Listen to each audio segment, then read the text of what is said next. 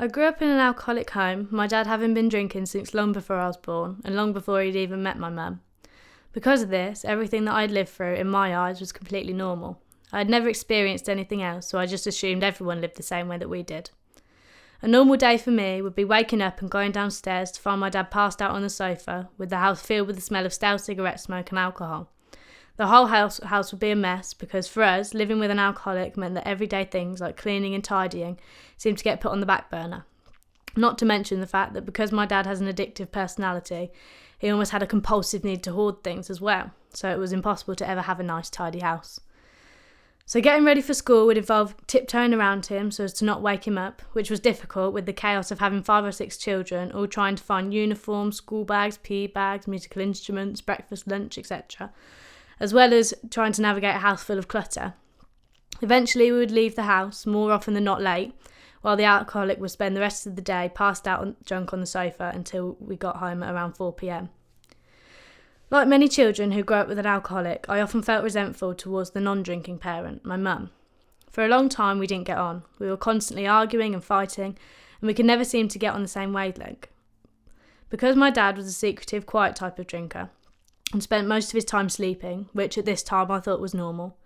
From my point of view, my mum was just an angry, stressful person, and so we clashed all the time when I was younger because I hated being yelled at and told what to do.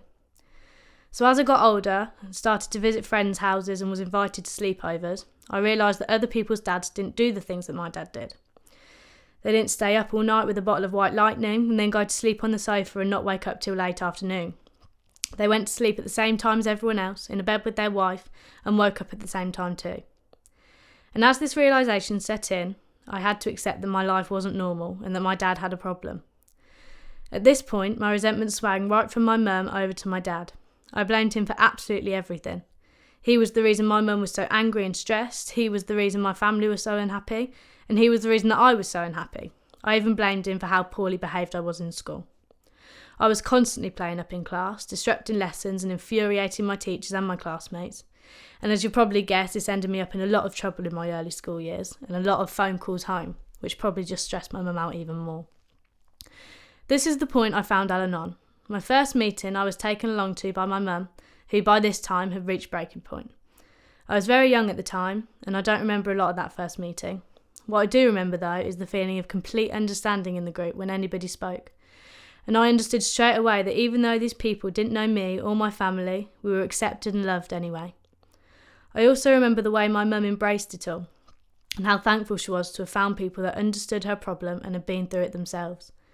I didn't go to another meeting for a little while after that, but my mum kept going back, and I started to notice a big difference in her then. She was calmer, more accepting, and she stopped shouting so much, and that's when I decided to go to the meeting with her. For a while, some of what the other members said I couldn't really understand, but what I did start to understand was that my dad was affected by a disease called alcoholism. It's an illness that I didn't cause, I can't control and I can't cure. I also accepted the first step, which was admitting I was powerless over alcohol and that my life had become unmanageable. I really began to take on board the message of the programme, which was to start putting the focus on me and not my alcoholic. I heard some things about Al-Anon in those first few meetings, but sadly there wasn't one where I lived. But I kept going back to Al-Anon, where I was fully accepted by all the other members, regardless of my age. I began to see improvements in myself, and so could other people. My behaviour improved at school and at home, and my family and teachers commented on these improvements and how much more mature I seemed. This really gave me the boost to work the programme harder and apply the slogans I had learnt in the meetings to my life. Things like one day at a time and this too shall pass helped me to get through the really difficult days when my alcoholic would get too much to handle. And phrases like easy does it and let it begin with me reminded me to not be so hard on myself when things went wrong.